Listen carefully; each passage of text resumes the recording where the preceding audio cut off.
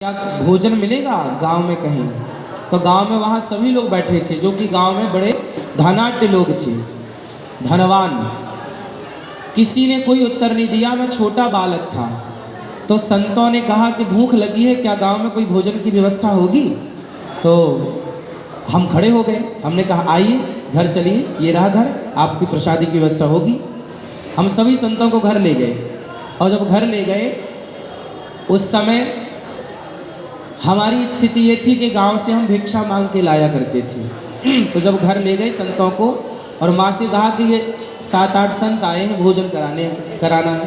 तो मैया बोली कि कम से कम पूछ तो लेते घर में कुछ है कि नहीं। तो चलो जो है वही।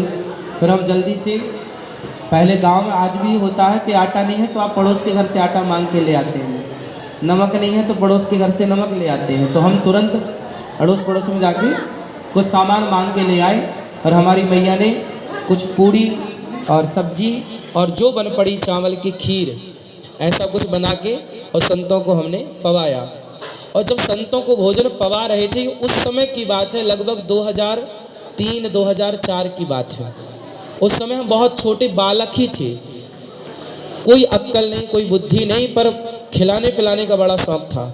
कोई भी आए, था नहीं तो भीख मांग के ले आए, तो संतों को भोजन कराए। जब संत भोजन कर रहे थे तब मेरे मन में उस समय एक भाव जागा था कि हे प्रभु, कभी भगवान आप सामर्थ्य बनाएंगे तो एक अन्य क्षेत्र चलाएंगे जिससे कोई भी साधु संत कभी भी आओ भरपेट भोजन मिलना चाहिए। ये तब का संकल्प था, तब का भाव था। वो संत पता नहीं कौन थे, उसके बाद वो कभी मिले नहीं। वो संत के रूप में कौन आए और उनके मन में ये भाव जागा, और उन्हीं संतों की कृपा से, आप सभी विप्रजनों की कृपा से आज भगवान ने ये सेवा दी कि गौरी गोपाल आश्रम में सुबह से शाम तक चाहे 10,000 लोग आए, 20,000 लोग आए, 30,000 या 50,000 लोग भी आए, तो सबको पेट भर भोजन मिलता है।